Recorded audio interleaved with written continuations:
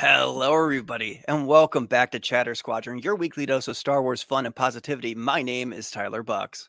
And my name is Hannah Raeside. Hello, how you doing? Oh my gosh, Hannah I Raeside. I know. What I, race side are you on? You're over I here. know. I'm in the future. That's right. I'm in the future. That's a Remember that good because point. we're on different days too. Yeah, we So are. yeah. But we are here today, whatever day it is, to talk about the new episode of The Bad Batch, which Oh was yeah. called Replacements. And speaking of replacements, Hannah, you're replacing Logan right now. I am. I am. It's in the most respectful way. Logan is he's ill at the moment. I'm Yes. aware. Yes, poor Logan. But yeah. But I'm so happy to be here. I'm excited to talk Bad Batch. Yes, and everybody welcome Commodore Hannah Raeside Thank from you. Star Wars culture. But before we get into the episode and I make you plug all of your stuff, Hannah, I want to shout out the art that we have and the art this Yes. month over here. I needed Logan to be able to say it, so I'm just going to say Al. And I believe right back there we have The Gift by Al. Oh Yes. man, yeah. Where's it? How do I'm I not even point going to to it? try and say his Is it a name because point to it? I say it wrong all the time. But it's The Gift, and it is on Acme Archives Direct, and you can get your own by commenting in on this stream and all of our streams this month. And here's a better look at it. Look at that. One's getting Look hot. at Where that. where That's do a I look? good looking piece of art. Look See, at that. we're mirrored Oh, from what there we we actually go. are. So we're like, Well, like we're looking the opposite. There we go. there it is. Oh, he's very handsome, isn't Yes, he? Gotta love a bit very of Darth. handsome. And we have a new king slash queen of the tiny chair of tiny victories, the TIE fighter behind me. It's a new ensign in our Oh, Patreon, Ensign S Pants. And I shortened oh, his first S-Pants. name. I won't say what his first name is, but it's Okay. Ensign S Pants on our Patreon. You can become the tiny king slash queen of the tiny chair of tiny victories by joining our Patreon and helping us spread the word of positivity throughout the community. You get show notes, a Discord, post shows, and shout outs. And Hannah, we practiced this before Hmm. we started the Oh stream. yeah. So it's time to give a shout out to all of our Commodores. So shout Let's out do to it. Commodore Marroquin, Commodore Marroquin, Commodore Rayside, Commodore Benty, and Commodore Mellish. Mellish. So Yeah. evil, that name. Not an Yeah. evil man, though. Mellish. I know, Yeah. right? It's a Yeah, it's it's a very, little very evil. yes, I know. So this Yeah. is your spoiler warning. If you have yet to see this episode of The Yes. Bad Batch, run away and come back Yes. at another point. I'm going to take a quick look in the chat here. We have Chris Sequel saying, "Hey, hey." Oh, I know that guy. I think I know him too. I think we know that guy. How are you at doing a Babu Frick, Hannah? Oh, hey, way! That's my best. You That's have my to best say it baby from the friend. nose, Hannah. You got to I be, know. I think. hey. Yeah. I can't. Oh, jeez, I haven't warmed up enough. I need my vocal warm ups to do a proper babu.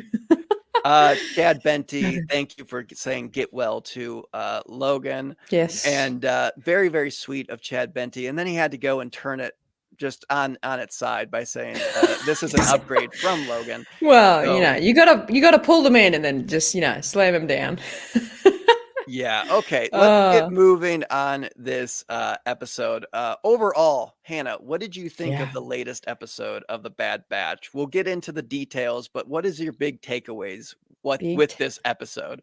Yeah. Well, I had a few new takeaways. I think going into Bad Batch, it's looking and feeling like Clone Wars, Right. and it has that nice familiar feeling. But I feel like in this episode, we got a fantastic breath of fresh air of how an episode can run.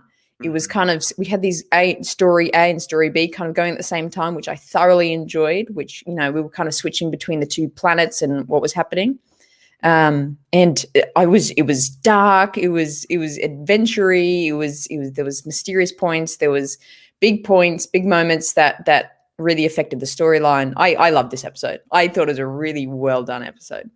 Yeah, and it was able to have Dave Filoni do one of his favorite things, which is bring in a new weird alien creature into the Star Wars Yes. universe. I'll talk a little bit more about that, but I think you made an amazing point when it comes to this episode, which it feels like this is how the Bad Batch will kind of run. These Mm. episodes are kind of how they're going to feel, how they're going to look, what the pacing's going to be. The first, I count the first episode as like 2 or 3 episodes. It was like a movie how Yeah. long it was. Yeah. So Yeah. Yeah. the Absolutely. first group of episodes, the past 2, it did feel kind of like housekeeping, like that transition Mm. period from this is what we were just doing. Now this is the Yeah. Bad Batch, and this is the Yes. first episode that kind of feels like they're going to be hitting their own personal stride. Uh, Mm. but let's see. Yeah. Okay, here we go. We have Mellish said, "Not watched it. I'll be leaving." So Come see, back though. Go watch it and then come back.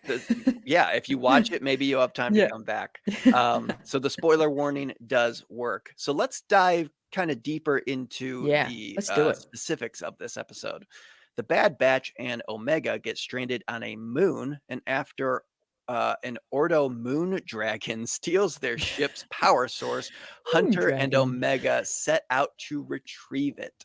So by the way, tensions are high in the Bad Batch right now. They have Yes. low Ooh. rations, and apparently Wrecker is willing to steal food from a child. It's that bad. Yes, it's gotten to a low point, haven't we already? And Oh goodness, but it's interesting, and also in like that first little sequence there, where there's a bit of tension. Echo's attitude is very interesting, and it's something I didn't quite expect for him to be quite pessimistic and like, oh, not sure if we can do this, not sure, and kind of always trying to bicker and pick a fight with Tech. That's a right. very interesting attitude. So tensions are very high. I Yeah. I think it's because Echo technically isn't a Bad Batch. He got brought into the Mm. Bad Batch from like being disfigured. Literally. It's like, That's hey, true. all these Bad Batch people, they have like specific cool like heightened senses or heightened strength or heightened what, and then this guy, he doesn't have like several limbs. And that's why he's in the That's Bad Batch. true. He's It's just really weird looking, so right. he's just joined. So he's bad. It's like, Yeah. whoa, whoa, whoa. I'm sure he's there like, can we be like the all right batch? Because I'm feeling kind of down. I got The like a hook for a average. hand. The poor guy. But oh, so maybe his attitude is excusable for now. They did do something that I love when it comes to Star Wars, where they get ripped out of hyperspace, where they're like just going, and then all of Yeah. a sudden they just whoomp out of hyperspace, which I just Yeah. love that type of effect. And you got to pick up on that fantastic, very Star Warsy quote there was where they're about to crash and Wrecker's going, we're gonna die, and then looks at Omega, we're gonna be fine. Yeah. Like that was just such a Star Wars laden joke and comedy. It was so wholesome. I loved it. Exactly. It would be only heightened in the Star Wars sense if he said, "I have a bad feeling about this," and then he Yeah. said, "I have a good feeling about this." But it Yeah. did feel very Star Wars. And speaking of Star Wars, we got Star Wars Underworld in the chat saying that the Bad Batch is totally continuing the PG-13 vibes of the Clone Wars, and I happen to agree. Hmm. We're going to get to one of the points in a second here, but if you think about, especially the Maul like whole Yeah. thing and like the hologram that he sends to Obi-Wan and all that. Mm. That felt very much like what we saw here in this episode of the Bad Batch, which is Yeah, like definitely. not nice. Yes, yes. Nice isn't the descriptor here. Yeah, they lose a capacitor basically, or they're looking for a capacitor to power their ship, and Yes. that's what's Yeah. kind of driving their plot. Uh, But over on Camino, Admiral Rampart introduces Tarkin to his unit of conscripted soldiers, easy for me to say, who will be commanded by Crosshair. But Mm. did you think we'd be seeing normal human soldiers this fast? Definitely not this soon. Yeah, definitely not this fast. I thought it would be coming in, but the way they've introduced it, the whole idea of conscription and starting to explain this transition of clone troopers to stormtroopers, Yeah, I think it's perfect. It's made as soon as I saw it, I was like, oh, this makes sense. Like, yeah, it should be like it's not just like Tarkin just decided it. It's like it's an evolving story, and the fact that Tarkin's trying to weigh up, the best solution, Yeah. and it made sense. So yeah, but I did not think we'll be seeing it this soon. But it was like, oh no, this makes sense. This is probably how it's going to go. What's But interesting about it, though, is, mm, like, Tarkin is obviously the main bad guy, technically, mm, to yeah, the Bad Batch, but also kind of to the bad side of the coin here. When we have, like, the clone creators, they are a mm, little shady right now, especially talking at the end. They're a little shady as yeah, to what they're doing, but yeah, even Tarkin is being a jerk to them. Like, Tarkin is just yeah. being, like, a It jerk, a just all-around jerk. yeah, just really some, just all facets just has to be awful to everyone. Yeah, Um but makes him a great villain though. It really, yeah. I love Tarkin, but I love to hate him. Yeah, I love being able to see, Rampart. That was really cool. I love Yeah, saying his yeah. name, and I believe they called this Project War Mantle? Is that War correct? Mantle, yes. Yeah, I picked up on that and I was trying to think, is that a callback to something? Because, of course, Star Wars has to connect everything to everything else. And I was Mhm. I can't think of what it would connect to, but it would be interesting to find out the kind of further of the meaning of that name, War Mantle. I feel like it's gonna Mm. pop up in a novel at some point. Yeah, yeah, Either it it sounds already very novel-like. if it's somewhere, anyone in the chat that knows, let us know. Um, and then one of the human Imperial soldiers is a female that looks a lot like Iden Verso. Yes. Is Oh, that just yes. me? I Is I that don't know just if that me? was purposeful. I picked up on it. She just had a little bit of the look about her. The And thing is, yeah, mm, she would be far too young at this point in order to be oh yeah, actually she would be her. like a young teen, Right, wouldn't she? exactly. Yeah, But yeah. at the same time, it did feel like a little nod almost. And also it's like the black uniform and everything. It felt Mm, so Iden Versio to me that I popped a little bit and then like that immediately I'm like, yeah. wait, she would have been like 12. Yeah, because as soon as I saw the black outfits as well, I immediately thought Inferno Squad, and I was just Right, like, yeah, we seeing like, is this a connection? Because I think this is a great show. Bad Batch would be do a fantastic job of connecting some sort of video game characters into the show. So right. I'm like on the edge of my seat for that to happen. So I was like, Inferno Squad, is that you? No, you're all children Well, at like this that, point. we did predictions, which none of my Mm. predictions came true in this episode for the Bad Batch, but one of Logan's is that Cal will make an appearance in here, Ooh, which is yeah. a very big long shot, but that just goes to the idea of bringing in video game characters into Mm. this. Chris says, I thought that looked like her too. Thank Yeah. you. See, I Yeah. think it It was just a really knee did. jerk reaction type thing. Yeah, we Almost just like want to see it. Oh, almost like is seeing that her? a baby, child of Yoda's species Oh yeah, and calling it Baby Yoda, yeah. It for years just and doesn't years make to come. sense, but it looks like it. Exactly. Okay. Hunter is incapacitated. We're going back to the moon. Sorry. Yes, we're at the That moon. was Well, yeah, because it cuts in and out between the that different wasn't a smooth places. So transition yeah, by me. Um, the moon. Hunter is incapacitated, prompting Omega to continue the hunt alone. So here's something that I found interesting, right? Is Mm. Hunter in the last episode, he's kind of dealing with like, I'm kind of a dad now. How do I do that? Right. Yeah, And then we see Omega. She's like, all right, I'm just going to kind of do what I'm going to do and whatever. And none of them that know was how a to really take good accent. none of them know how to take care of her. You know what I Mm. mean? Yeah. And this is, she did the whole take the codes or whatever to the family in the last Mm. episode on her own. But this, she basically asked like, "Hey, can I come out into this toxic atmosphere and try and hunt down this dragon with you?" Mm. And Hunter says yes to that. Like, I know he's not a good Like, parent, but but you gotta think it through for a second. right, right. Like, no. Why? What are you gonna do? Don't. You're not coming out here with us. Was that just Oh, me? it's just, no, that's you was ridiculous. Just, I know he's a bit of a doofus, but come on, just have a little, just give it 2 seconds thought. I need Hunter to Ooh. track down some like parental instincts at this point. But I will say, the Bad Batch know the importance of wearing masks. That's Still, true. That's a good theme. Good, good on them. I like this whole thing though with the moon dragon, and I felt. Have you ever seen Alien, the movie? It's been recommended. I have not seen it though. I'm aware of it, of its I existence. I started to feel little traces of that being like in play in this episode with like in the dark and this monster tracking them down and everything. Mm, So I had in the notes here Moondragon slash Xenomorph because it felt very like this thing is tracking them down, is going to yeah. kill them, but we'll find out that it's kind of a big glowy teddy bear at the end. It was I just like saying Moondragon. That's fun. Does it have a real name? Do we get its real name? I Yeah, don't I think we had did. it here. It's an Was it? Ordo Moondragon. Oh, okay, there you go. But it's still a moon dragon. Love it. Yeah, I love this. It was very simple kind of idea and story, Mhm.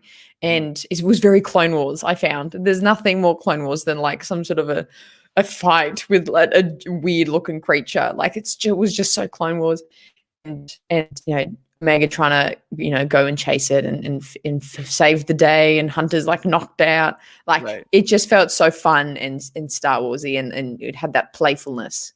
It doesn't have to be some massive like galactic war, battle Mhm. scene. It's just this fun Star Warsy. Oh, get the moon dragon. You know what I I need a mean? shirt that says that. "Oh, get the Moondragon." Yeah. Uh, Yeah, that was a quote. Get the moon dragon. and speaking of that, what the heck, Logan, he's excited about the He's Moondragon, alive? but he's in the chat. "Logan, what are you You're doing? Go lay alive. down." Yeah. Is his picture a moon dragon with a I think hat? it's a Moondragon cowboy. Oh, cowboy moon dragon. That's Listen, that's like Moondragon, yeah. go, get horizontal for us and just Yeah. rest. Alright, Oh, too funny. so we have here that Tarkin sends them, being Crosshair and this new, like, Imperial, group, to wipe out Guerrera's camp. So Yeah. This Tarkin was is a Tarkin is very, very pointed at getting rid of Saw Gerrera. yeah, he's not happy with the guy, clearly. He's not gonna rest until he makes him, like, basically carry an iron lung with him Hmm. everywhere he goes. I Hmm. feel like Tarkin's gonna be the reason why he talks like this. Yes, if that's not explained in this show, Right. I When will it need be that. explained? Yes, come on. But we But also have the return of, Crosshair to that planet. So mm. Tarkin apparently really wants, Saw Gerrera dead and that old lady dead. Because do you remember in the first episode where Mhm. it's like, "Okay, time for the Bad Batch to wipe out these droids. Wait, they're not droids, they're humans. This is not feeling good." And Crosshair just Yeah, has his sights on an old lady. just that one. There's Just that. soldiers around, there's people loading stuff in, like, people actually doing stuff, and then a bunch of kids surround this old lady, and Shit, that's the one. That's the he's first like, shot. "Call it. Say the order, Hunter." And it's like, if anybody was going to be, like, surprised that he turned bad, Yeah. it's like he was singling out an old lady, so Mm. we Just di we didn't see Crosshair take that old lady out, but maybe that's on his list. it was just so intense. And I mean it's just you want to tell the guy to calm down and just, hang on. Whoa, whoa, whoa. But Right. I think it's an excellent example of how intense the Empire is and intense Tarkin is, and how intense this chip is going to be. It's not just it made them kill the Jedi. It's making them these like morbid, vicious killers. And yeah, it was just lay off the old lady. Crosshair, calm down. I know, I Lay off know. him. I will Oh, say jeez. Omega in this episode was very, very pure, being like, "Guys, we gotta forgive Crosshair. He can't, do Yeah. anything about it. He doesn't have a choice in the matter." Yeah, and because my thing in the first episode is when they were in that cell, and she has this moment with Crosshair where he gets really frustrated with the whole group of them, and Omega goes sits down with him and says, "Oh, you're feeling angry, aren't you?" And she has this incredible emotional connection with him, and then so I think it's interesting to see these like wholesome moments where he's just trying to kill the Bad Batch and her, and she's like, "Oh, it's not his fault," and like trying to see the good. It's so wholesome. I mean, well, he's like a vicious killer, but still be. And what's not so wholesome is these vicious non-clones, I should say. The Yes. humans, they're like super rude about the whole situation they're in. Mainly one guy, but he won't last too long. But it's strange, right? He's so Yeah. like, this is like I was doing better, blah blah blah, or why do we have to do blah, blah, blah? And it's Yeah. like, dude, this guy is like the Yeah, worst. can we just who brought this guy along? Like, it's Right. just good. When It's his even deal. When even Crosshair is like, "Shut up for a second, I'm trying to shoot an old lady," you are being too Yeah. intense. Oh yeah, yeah. Well, I mean, someone told that guy to calm down. He's just, and even when he was like, I'm just here for the food, the bed, and the pay, and it's just like, oh shit, you're so. I Yeah, mean, you could see they were trying to make this kind of archetypal, like drab, don't care about anything in the world guy, but it was satisfying when he died because he was damn annoying. right. Oh man. I wanna point out that we have broken streetlights. Very excited that Hannah is here. Um, Oh, that's so nice. Thank you. Thank you. they I'm also excited to be here. say, "Faster or more intense, boys. Let's get it faster and more intense, Faster, everybody." more intense. Everybody to go again. And then, Siren is very, happy with a crossover This a crossover. It sure going on is. right now. Yeah. What Yeah. happens when the mega powers collide? This is what happens. We don't Yes. know where to Yes. look at each other. Yeah. No. It's which way is it? This way. There we go. Who Hello. knows? There Who we knows? go. So now transition. We're back to the moon. Back We to the got the moon. The Ordo moon. Ordo moon dragon. Mhm. Omega tracks it down and manages to retrieve the power cell or source without a fight. So this thing was like a dog, basically. It took the power source and it like ran away with it.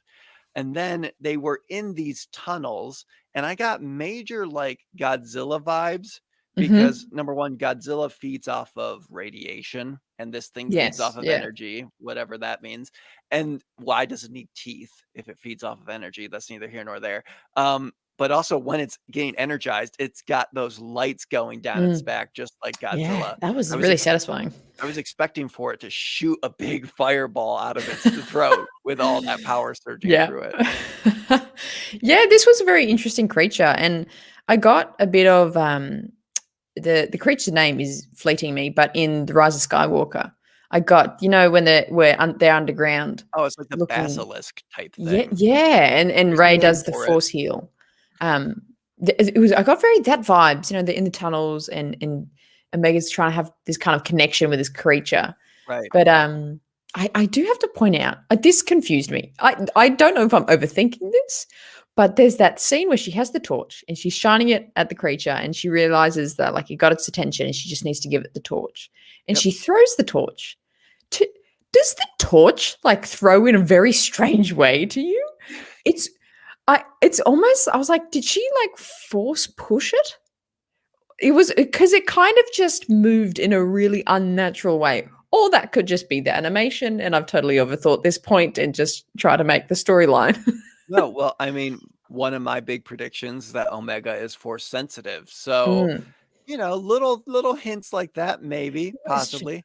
But I don't know. also, if they're on this moon and it doesn't have the same gravity that we're used to, it possibly Oh, floated like that's a that. good point. However, I will always say don't bring gravity into Star Wars because once you do that, Mm. it just ruins everything. So let's not even talk Yeah. about it. They go Yeah. to every planet and it's just the same gravity everywhere they Like the go. perfect atmosphere, except for this Right. moon.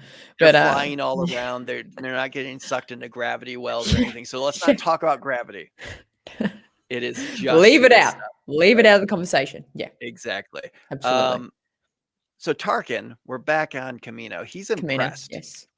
He sees potential for these conscripted soldiers. Yeah. Um, I also like the way that Tarkin says relic so much. Relic. Relic. Relic. He's got that little relic. Relic. The Yes. clones are a relic of the past. And the voice actor whose name is escaping me right now, who's doing Tarkin right now, is doing it so Yes. well, and Yeah. it's sounds a lot like Tarkin. It's got the essence of Tarkin, but at the same Mm, time, it's a little younger, which is very nice. It's not mm, someone doing like a full Tarkin impersonation, because when we see him, it's like 20 years later. So I like mm. he does feel a little bit more youthful, even though he's got that salt and Bit of pepper a hair. yeah, yeah. I've liked seeing the kind of progression of him, seeing him in the Citadel arc, and he was even a lot younger then, and then he I mean he aged quite quickly in a couple of years, but yeah, I'm enjoying seeing a young Tarkin. Everybody ages quickly in the Star Wars universe. That's so true. But yeah, here we go. Oh, We got Chris coming in saying Stephen Stephen Stanton, Stanton.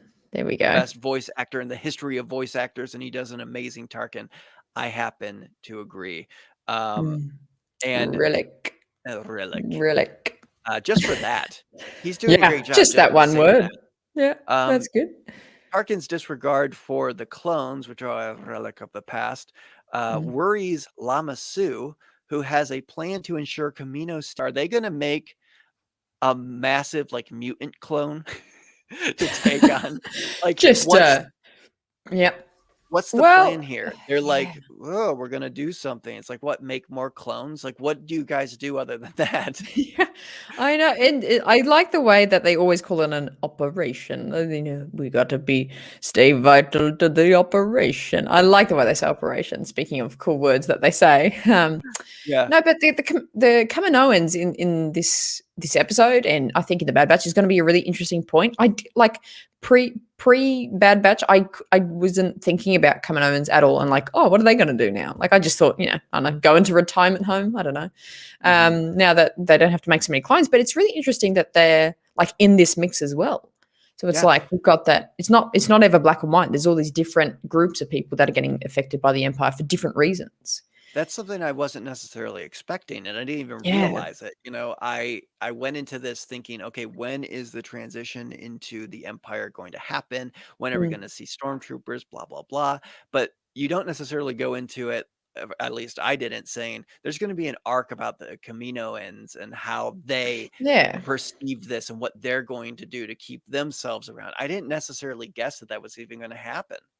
Yeah, and it's their dialogue at the end there was very interesting, and I actually had to rewatch it about 3 times to fully understand what they were kind of the Prime Minister. What was the Prime Minister's name? Um, Mohawk guy. Mohawk guy. That's perfect. That's perfect. Yes. Him and Lava. So just kind of discussing what they're going to do, and it's quite interesting to see a couple of those shots where the Prime Minister is walking out, and he's coming out of a conversation from Tarkin, and he's just like, "Did that just happen?" Like, That, like did anyone else you think can that see was them weird? edgy. Yeah, yeah. He was like, yeah. It's I'm like, surprised they but were able to do thinking outside of their giant spoons, though. It seems like that's what those are for, you the know? thinking spoons. Yes, the Thinking thinking spoons. ladle. The thinking ladle. Yes. Oh. Before we wrap up the last little bit of this episode, in the comments, let us know, what did you think of this episode of The Bad Batch? Mm. I'm going to have us do a 1 out of 10 score in a little bit here, but Oh, yeah. let us know in the comments, all of those things. And the kind of the last thing here is we end the episode on the Bad Batch's ship as Wrecker does whatever he can to make Omega feel like Oh. she's at home with them. Oh, stop it, Rekha. I think that was just such a heartwarming moment. I Right. think all Star Wars fans went, "Oh, stop."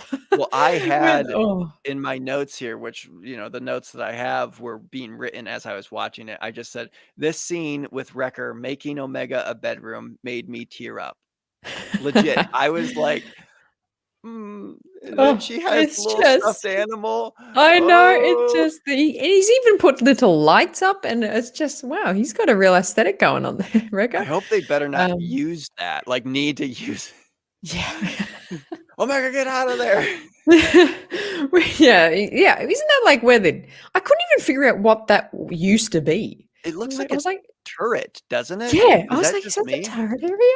Yeah. But it's so wholesome, so touching.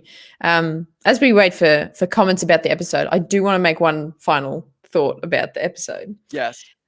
I had a great conversation with my brother about it, and he made a great point of it is starting to feel like the perfect combination of Clone Wars and Rebels. It's the Oh, perfect combination of the storytelling and the adventure and the what we're getting of Bad Batch is the perfect mix of both of those shows. And as soon as he said that, I was like, that makes total sense. It is, yeah, that is so right. It's got that kind of Rebels fun, upbeat, like let's go chase the dragon, the moon dragon, woo. yeah. And but then it's got that kind of nice depth and interest that Clone Wars really brought. So that's why I love this episode so much. It was a very Rebels and Clone Wars kind of episode, I found. I like that, perception of it. I didn't necessarily think of that, especially with them being very stationed on a ship now. Like, you know what I mean? Like, Yeah, that's it's Rebel's whole very thing. They yeah, have their it's very home Ghost base. Crew kind of. Yeah. Exactly. And now they all kind of live on this ship together, which seems much smaller than the Ghost, though. Yeah, it's very, very cramped. I don't know if I could, constantly live on there full time. So, Right. And I mean, Wrecker, gotta just get him used to each other. alone, takes up like a third of the ship. Right? Oh, and I'm loving this gonk droid that keeps popping up in episodes. That's fun. Look, I love the Yeah. gonk. Love the gonk droid. Yeah. Omega's bed in the beginning of this episode. So yeah, when it comes to what people are saying in the chat, Logan, once again, you just need to go lay down, go to sleep. But uh, Yes. Oh, here we what do go. you think of Wrecker's head injury? A Good reason for for him him. to stay back on the ship, or something darker? What is it? Logan, are you That's a having good a point. fever Oh, I totally dream? forgot to mention this. Yeah. No, but remember, because he kept saying, "Oh, my head, my head," and it's Right, just like, okay, why would they harp on that for so long if it was just he bumped his head? I think you're onto something. Well, I think there's something happening with this chip, and I think because remember, because not Crosshair Tech is making the chip reader, so I think we're going to get some more interesting facts about what's happening with the chips, and maybe they're not, malformed and doing something right. weird to their brains or something. Gonna turn them into something. I don't know. But Commodore Pinky yeah, said he hit his head where the chip is. So so is that was said? That was confirmed? That's where he hit his head? I mean, it was in the same spot where, like, if you think about where Rex's chip was taken out from, Uh, Rex was holding his head in the same spot, if that makes sense. yeah, Yeah. that amazing magical surgery to get Rex's chip out. Oh, that took like 4 seconds. That thing, I Exactly. think. Here we go. We're going back to Chris. He says, I was far more into the B plot with Crosshair than the A plot with the rest of the crew. It really made the episode stand out. So Mm. with that being said, and what you just brought up a little bit ago, it seems like Chris is into the more Clone Wars side of Mm. Bad Batch and not necessarily the Rebels side of Bad Batch. Can we kind of make that Yeah. delineation? Yeah, we can make we can make that like that's little groups of it. But yeah, I think it did add some definite depth. Well, it did add depth actually. I was trying to say depth. Right. It added depth and death because it was quite confronting, like how hardcore Crosshair was. He was just like not having any of it. He was just like, no, just take him out. Yeah, that's fine. So Right. it's like, ooh, cold blooded, but Right. you're very Clone Warsy. Yeah. And another one from Chris here. I thought it was fascinating how the enlisted stormtroopers were more humane than Crosshair. It's a big foreshadowing for Finn. Man, Chris is like jumping 50 years in the Ooh, future. yeah. He's Yeah. Chris is playing Yeah. three-dimensional chess while we're playing checkers with these shows. Okay. Oh, also, can I say I love how when Chris's comments come up, his little photo is looking at you. He's looking up at you. Yeah. He's the Well, little photo. Look at it. I He's looking right at you. Oh, Chris, that's incredible. you and I, Oh, just the two of incredible. us. Okay, I'm not gonna get us demonetized. Um, Amazing. but another What were we question I saying? want to pose to Yes. people because it was a major part of the episode. Do you think Crosshair will be redeemed at some point here? Because we Ooh. didn't jump too far into it, but we can talk about it now. the whole killing like children and innocent civilians in this episode. Yeah.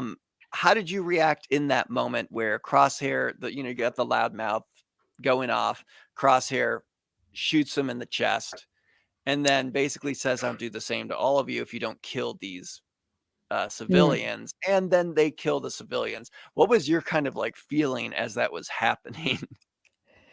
Oh, that was my first response. She went, oh, all right. This is the way we're going. All right. Okay. Right. Ooh, yeah. No, I had to go have a little walk outside after that. That was heavy. Yeah. No, but yeah, in all seriousness, it's really showing the intensity of what the chip can do, and I think Chris had a good point of it. Kind of foreshadows that these stormtroopers are quite human. The fact that they're not soldiers. We're not trying to kill them for a reason. They're just civilians. Let's leave them. Or Right. no, they say they take them in. But Crosshair's like not having that. But then we have that intensity. But then we also had this quiet scene where he's back in the barracks on Camino, and he kind of has this quiet moment when he sits on his bed, and he's kind of looking around at the room where all his Bad Batch mates used to be. So it's interesting. I think maybe I don't think it will be for a while. I don't think we'll see him like be good in the next episode, but I think maybe at the end of the season that could be like the big, crescendo of the end of the season that Crosshair finally, they get the chip out of him and he rejoins Bad Batch. Well, that's what I hope to happen anyway. Right. Here's the thing. I don't think he will be redeemed. That's kind of a prediction that I'm putting out there. Okay. Yeah. I have a feeling like if we want to have gravity and want to set up another season or whatever else it could be, is doing that plot line like you were just talking about, taking him to a surgery area, trying to get the chip out of his head and everything. And then before they can even do that, Crosshair wakes up or something, he hijacks it. You're getting that feeling like you do in Clone Wars and Rebels where it's like, okay, this is kind of like, is kind of, wacky and it's not working out, but it's going to happen, everything's going to be good. And then he doesn't get it out and he dies or whatever happens that just snaps you into saying like, oh, this is real now. So I don't think he will be, or we're going to leave at the end of the season with a cliffhanger of him, basically choosing, possibly even without the chip, choosing the Empire. I think there's a lot of room for there to be like a big kind of, cliffhanger, a big like, whoa moment from Crosshair. There's so many avenues that they can take with him. Yeah, absolutely. And I think you've got an interesting idea there that I hadn't thought about of what if his chip does get taken out, but he still decides to go with the Empire. Goes, well, they're good. Their cause is good. I'm going to stick with them. They've given me everything. I live there. That would be an interesting storyline and a welcome one too. Well, I mean, we see because there's like an extra level of brutality with Crosshair's whole chip thing because we see a lot of the other clones who execute Order 66 being pretty normal in the mess hall. I mean, there's the new meme of super excited soup clone. Yeah. Super hyped soup man. Yeah. Right. Clone. So that's the thing. Like a bunch of other clones seem to be kind of okay, even though they turned evil. Crosshair is like, I mean, he's already having none of it. Yeah. Right. He's just not having it at all. Okay. So I want to bring up what Chad Benty here said. I feel bad for Crosshair. That last scene with him in the barracks hit me in the feels. Yeah. Okay. Cool. Yeah. Especially him looking at the board of successful missions they had. And I noticed that he didn't make a notch in the successful missions.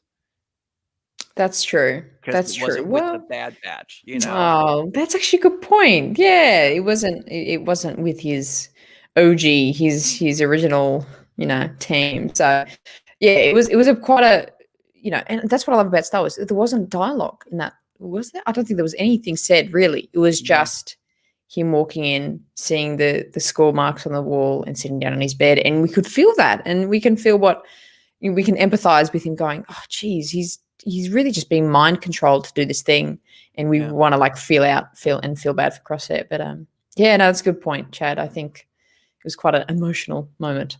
Well, especially with the prompt earlier and Omega saying like, listen, he doesn't have a choice. And you can kind of have that ring out in your head of her just saying he doesn't have a choice, he doesn't have a choice, he doesn't have a choice, while he sits there basically without his brothers after committing murder. So it is kind of very heavy. But yeah, I overall I really did enjoy this episode. If we're talking scores, I would let's score this. I would say, 1 out of 10, I would say an 8. I think it's on par for me with the first episode, the movie, because this episode, I'm kind of with Chris on it, where I like the whole Empire side of things a little bit more, but I don't think that it drew back anything with the other plot line. So in that sense, like, I didn't absolutely adore every single part of it, but I loved a lot of it. So 8 for me. What about you, Hannah? I have to slightly one up you, and I was going to give it an 8.5. Oh, now we're adding points. Okay, I didn't know we could do that. Can I do that? No, you come here, you just take over. Tell you what decimals I want. Yeah. Right. You know what? I make it like an 8.152 then. Okay. All right. Let's do that. No, but I have a similar kind of thought pattern. It felt good. It was very Star Wars. I loved the bits of comedy. There was emotional moments. There was touching moments. There was intense moments. It had all the different emotional notes that Star Wars likes to hit, and that felt very good watching it for me. And I happily watched it immediately again as soon as I finished the episode. So 8.5. But yeah, there's still a bit of room for perfection in there. Still a bit of room. There we go. And that kind of completes this episode. And Hannah, I really, really appreciate you. Before we go into plugs and everything, let's just give a big plug to George Lucas. Yes, the big George man. Lucas's birthday. How else can we say it? So happy birthday, George. Yeah, faster and more intense. Have a faster and more intense birthday. Oh, what a guy. What a guy. I don't know how we hype this guy up, He's come up with a couple things. Yeah. He's got a couple of good ideas in there, I think. And I think he's, changed the world, to say it lightly. Exactly. But yeah, Hannah, shout out all of your stuff for anybody watching and or listening. Absolutely. So I'm from the wonderful Star Wars Culture podcast. I'm over there every Wednesday for Americans, but Thursday for Australians, with my co-host Jordan and Nick and Chris and Claire. We do a fantastic, fun show about Star Wars culture news and good times. You can find all our stuff on YouTube called Star Wars Culture, and you can find us on Instagram, at our Star Wars Culture. And if you want to find me on Instagram, you can find me at Hannah Raeside. And those are all our Instagrams. Yeah, it's a good time. Come hang out. We're good friends with the chatter squad. In a good friend, like our internet out. So your internet's doing fantastic right now. Just finish off, Hannah. You so much. I'm going to end the broadcast. The Empire is so thank you. Thank you so much. My pleasure. Bye.